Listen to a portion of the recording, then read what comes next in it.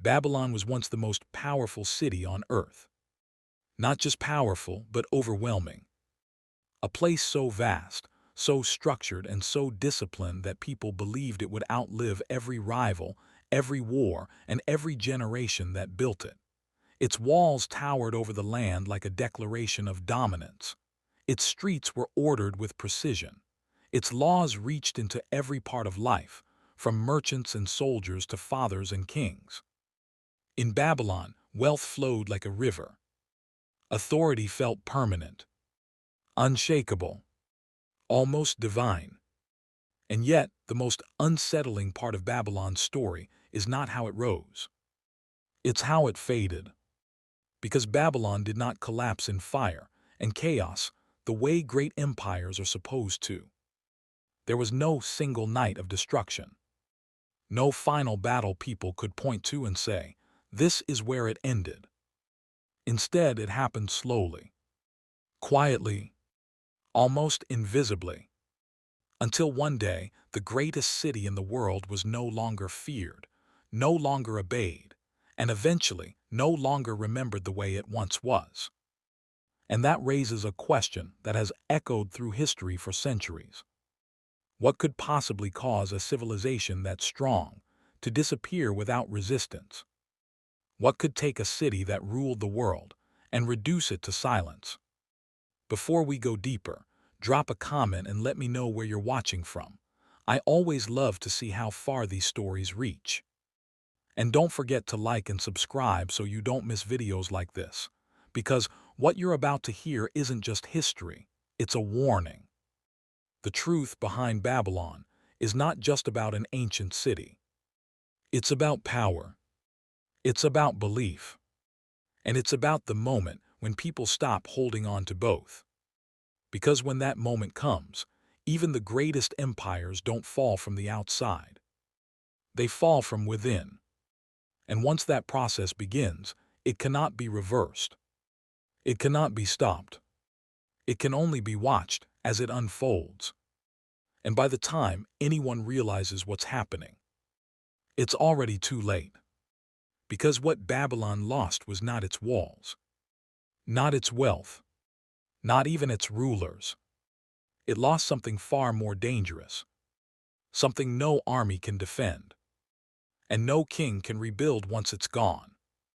And when that disappeared, Babylon's fate was sealed long before the final chapter was written. So the question remains, what exactly did Babylon lose? To understand what happened, you have to go back to the beginning, not to ruins or legends, but to the people who shaped it. Men like Hammurabi, not just a ruler but a strategist, a man who took a city that barely mattered and turned it into a force that demanded obedience across an entire region. Then came Nebuchadnezzar II, a king who didn't just inherit power, he expanded it. He transformed Babylon into a symbol of unmatched wealth, beauty, and dominance. And finally, Cyrus the Great, an outsider, the man who would one day walk into Babylon and end its independence without destroying its walls. When you place these figures side by side, something becomes clear. Babylon's story is not a straight line. It's a pattern, a cycle that repeats. How does a small settlement become the center of the world? What kind of leadership builds something that powerful? And more importantly, what kind of weakness allows it to be taken without resistance? Because Babylon didn't just rise once. It rose again after destruction. Stronger, richer, more confident, which makes its final fall even more mysterious. Why would a city that had already survived ruin fail to defend itself when it mattered most? And this is where the story shifts. Because this is no longer about battles. It's about something deeper, something invisible. Because Babylon was not defeated from the outside. There was no overwhelming force that crushed it in a single moment. Instead, it collapsed from within. Long before Babylon became a name that commanded respect, It was nothing more than a quiet settlement along the Euphrates River. It wasn't special. It wasn't dominant. It wasn't expected to rise. Surrounded by older, stronger cities with greater influence, Babylon looked like it would remain insignificant.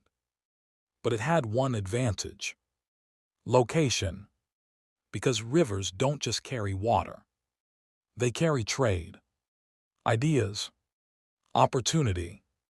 And in the right hands, opportunity becomes power. Babylon didn't rise through sudden conquest. There was no dramatic beginning. Instead, its transformation was slow, quiet, strategic. A group known as the Amorites settled in the region, not as conquerors, but as observers. They didn't rush. They didn't force control. They blended in. And over time, they positioned themselves within the structure of the city. Until one day, control wasn't something they needed to fight for. It was something they already had. And that silent shift changed everything. Because power taken slowly is the hardest to challenge. Then came Hammurabi, a leader who understood something others didn't. Power isn't just about strength. It's about timing, patience, strategy. He didn't rush into war. He built alliances, watched his enemies weaken each other. And when the moment was right, he moved, not with chaos, but with precision. One kingdom after another fell under his control. And by the time others realized what was happening, it was already too late. But Hammurabi's greatest achievement wasn't conquest. It was structure, because what he created wasn't just an empire. It was a system. At the center of it stood something revolutionary. A code of laws. Clear, visible, unavoidable. For the first time, power wasn't hidden. It was written, carved into stone for everyone to see. And that changed everything. Because when people understand the rules, they begin to believe in the system. And when they believe in the system becomes stronger than any army. Babylon didn't grow because of force. It grew because of order, stability, control, and that foundation made it unstoppable. Even after destruction, Babylon rose again, rebuilt, stronger, more determined. Under new leadership, it reclaimed its position. And then came its golden age. Under Nebuchadnezzar II, Babylon became something extraordinary. Massive walls stretched across the land. The Ishtar Gate stood tall, covered in deep blue, shining like nothing the world had ever seen. Stories of the Hanging Garden spread across civilizations. Whether real or imagined, it didn't matter. Because belief alone made Babylon legendary. This was no longer just a city. It was a symbol, a statement, a place where power felt permanent. And that's where the problem began. Because success changes perception. It creates confidence. And confidence can turn into certainty. And certainty can become blindness. By the time Babylon reached its peak, it no longer saw itself clearly. It believed it was untouchable, invincible, eternal. And that belief changed everything. Discipline became relaxed. Leadership became less focused. Comfort replaced awareness. And slowly, the foundation began to weaken. Not enough for people to notice. Not enough to cause panic. But enough to matter. Then came Cyrus. From the outside, Babylon still looked powerful. Its walls stood tall. Its wealth remained. Its reputation still commanded respect. But appearances can be deceiving. Because what holds a city together is not what you see. It's what people believe. And by the time Cyrus arrived, That belief was already fading. There was no massive battle, no dramatic siege, no final stand. Instead, the city was taken quietly, almost effortlessly. The gates opened, and the most powerful city in the world did not fight. Think about that. A city that had survived destruction, rebuilt itself, dominated the world, did not defend itself. Why? Because long before Cyrus arrived, Babylon had already lost something critical. Unity, belief, identity, the connection between the people and the system that once made them strong, was gone. And when people stop believing in what they are defending, they stop defending it. Babylon wasn't destroyed physically. It was defeated psychologically. And that kind of defeat is the most dangerous of all, because it doesn't come with warning signs. It doesn't happen overnight. It happens slowly, until one day, resistance no longer exists.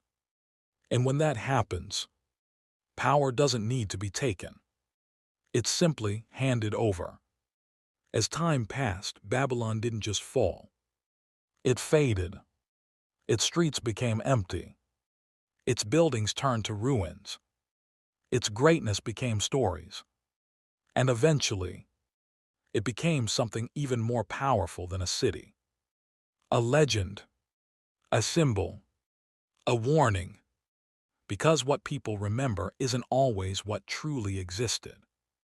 Babylon grew in memory, in imagination, in myth, until the idea of it became larger than reality itself. And that is the final twist. Because sometimes, what survives is not the empire, but the lesson. So ask yourself this: if you lived in Babylon at its peak, would you have noticed the warning signs? Would you have seen the cracks forming beneath the surface? Or would you have believed, like everyone else, that it would last forever? Because history doesn't just repeat itself. It reveals patterns.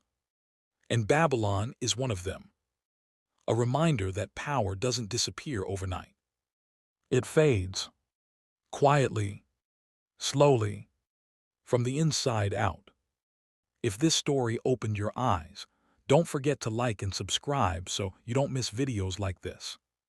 Because the next empire that believed it was unstoppable didn't see it coming either. And trust me, that story is just as shocking.